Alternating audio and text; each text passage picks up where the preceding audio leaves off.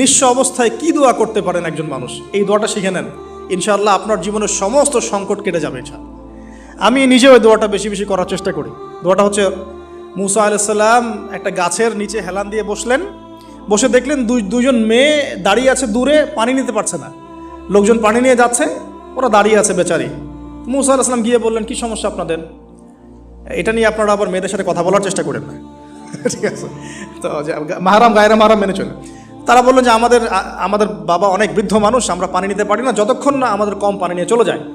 মুসা আলাইহিস সালাম তো একটু বললাম না, ফিজিক্যালি খুব স্ট্রং ছিলেন, থাকে না বডি বিল্ডার, সামনে গিয়ে কথা বলে সরো পানি নিতে দাও, তখন মানুষ একটু মূল্যায়ন করে না। তো মুসা আলাইহিস সালাম এভাবে পানি নিয়ে দিলেন এবং বাছুরদেরকে পানি পান করালেন, করিয়ে গাছের নিচে এসে বসে আছেন।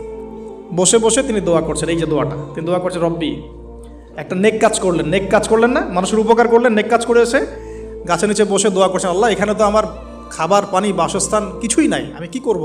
রব্বি ইন্নি লিমা আনজালতা ইলাইয়া মিন খায়রিন ফাকির, রব্বি ইন্নি লিমা আনজালতা ইলাইয়া মিন খায়রিন ফাকির। আবার বলেন, রব্বি ইন্নি লিমা আনজালতা ইলাইয়া মিন খায়রিন ফাকির। অর্থ হচ্ছে, হে আল্লাহ, তুমি তোমার পক্ষ থেকে আমার উপরে যে নিয়ামতগুলো দিবে, আমি এর জন্য ফকির হয়ে বসে আছি।